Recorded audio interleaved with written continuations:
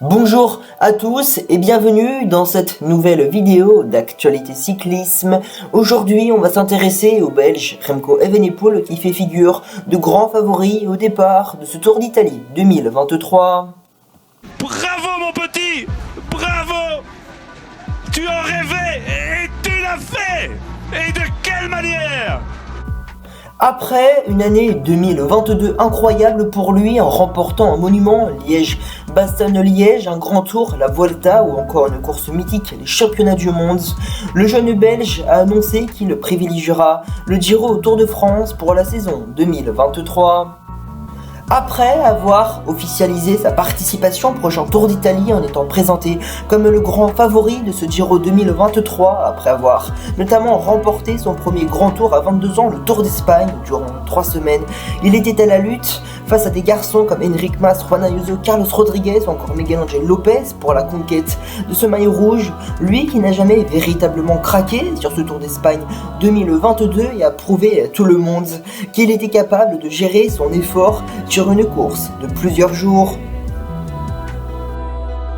Après sa victoire finale sur le Tour d'Espagne 2022 ou après l'abandon du Slovène Primož Roglič, il aura écrasé la concurrence en haute montagne en se montrant impérial sur la 3e semaine, remportant la 18e étape. Après son succès sur la 10e étape qui était le seul contre-la-montre individuel de cette 77e édition de la Vuelta, Evenepoel a donc pris un nouveau statut dans son équipe Quick-Step Alpha Vinyl, celui du leader sur un grand tour et non plus celui de l'équipier de luxe comme ça avait pu être le cas sur le Giro 2021 où il avait dû se mettre au service du portugais João Almeida. Le jeune Belge va donc participer à son deuxième Tour d'Italie où cette fois-ci il arrive avec la pancarte de grand favori, unique leader de sa formation Quick-Step Alpha Vinyl. Le parcours de ce Giro 2023 lui convient parfaitement avec pas moins de 70 km de chrono répartis sur 3 contre-la-montre. Et le parcours de ce Giro 2023, bien que très montagneux, n'avantage pas tant que ça le Belge puisqu'on y retrouve seulement 6 cols qui dépassent les 2000 mètres d'altitude. La 3e semaine de ce Giro 2023 est très montagneuse avec des étapes qui se termineront quasiment toutes au sommet d'un col dépassant les 1500 mètres d'altitude. La dernière semaine sera donc très importante pour tous les coureurs visant le classement général avec des cols qui s'enchaîneront de jour en jour et qui pourraient bien faire flancher certains des favoris du classement général. Et après toutes ces étapes accidentées, les coureurs disputeront un contre-la-montre de 20 km, un prologue réservé aux grimpeurs avec un final qui se terminera au sommet de l'ascension Monte Lussari, 7 km avec un pourcentage moyen de 12,1 et des pentes maximales atteignant les 22%. Ce contre-la-montre d'une vingtaine de kilomètres pourrait bien bouleverser le classement général à l'image de la 20e étape du Tour de France 2020 où Tadej Pogačar avait repris le maillot jaune de leader à Primož Roglič au terme d'une prestation incroyable du jeune Slovène de l'Team Emirates, mais ce contre-la-montre sera également synonyme de dernière bataille sur ce Giro 2023 entre les différents prétendants au maillot rose de leader appelé Maglia Rosa. Le parcours lui convient donc parfaitement, il pourra mettre en avant ses qualités de rouleur, grimpeur et puncher.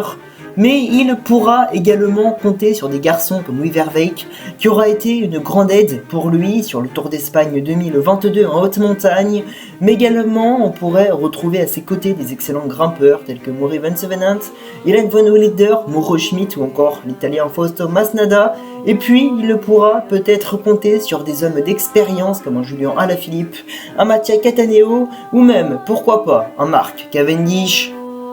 Il a donc tout ce qu'il faut pour remporter son deuxième grand tour, un parcours qui lui convient parfaitement, une équipe solide en haute montagne, et puis il arrivera sur ce Tour d'Italie 2023 en pleine confiance après son incroyable année 2022, mais surtout à prouver qu'il était capable de gérer son effort durant 3 semaines de course, même si parfois, comme on a pu le constater sur la Vuelta 2022, sur certaines étapes, il se faisait assez rapidement distancer par le groupe des favoris, mais parvenait à limiter la casse, ce qui lui était souvent reproché d'être irrégulier sur les courses par étapes dont il prenait part.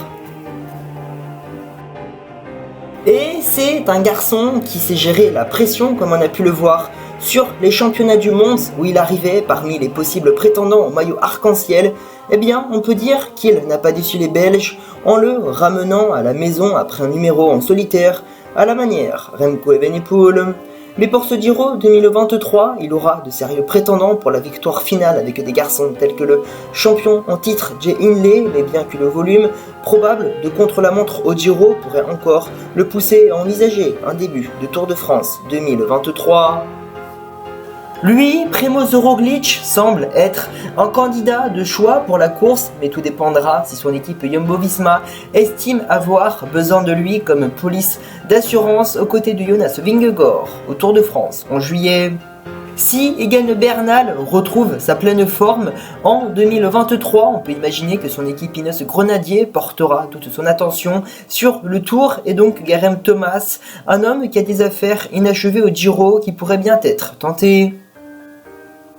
En l'absence de Tadej Pogačar, UAE Team Emirates pourrait bien envoyer Juan Ayuso ou Joao Almeida. Simon Yates, quel que soit le parcours, donne l'impression qu'il reviendra au Giro jusqu'à ce que sa chance en Italie tourne. Après que Vincenzo Nibali ait pris sa retraite, Giulio Ciccone mènera le défi local. En conclusion, selon moi, Remco Evenepoel est le grand favori de ce Giro 2023 car il pourra reprendre du temps sur les 3 contre-la-montre de ce Giro 2023 qui forment une distance totale de 70 km sur ses rivaux au classement général qui sont moins à l'aise dans l'exercice de l'effort solitaire comme Jay Hindley, Juan Ayuso et j'en passe, lui qui est l'un des meilleurs rouleurs du monde. Mais Remco Evenepoel a également prouvé sur la Vuelta 2022 que parfois il pouvait être monstrueux en haute montagne et il est capable de reprendre dans un grand jour plus de 30 secondes sur les favoris du classement général, mais on sait qu'un Evenepoel dans un mauvais jour peut concéder énormément de temps sur les leaders de ce Tour d'Italie 2023, c'est pour ça que ce nouveau grand tour sera l'occasion parfaite pour lui de confirmer sa régularité sur chacune des étapes. Il pourra donc jouer sur sa polyvalence, de plus l'adversité sur le Giro est plus faible que sur un Tour de France, il pourrait donc bien assommer la concurrence, il pourrait donc bien remporter son deuxième grand tour avec un parcours qui lui convient parfaitement, il ne reste plus qu'à voir son état de forme avant et pendant la course en espérant qu'il ne lui arrive pas de malheur. Quoi qu'il en soit, j'ai vraiment hâte de voir dans quelques mois Remco Evenepoel, tout vêtu d'arc-en-ciel, à nouveau lever les bras sur ses prochaines courses.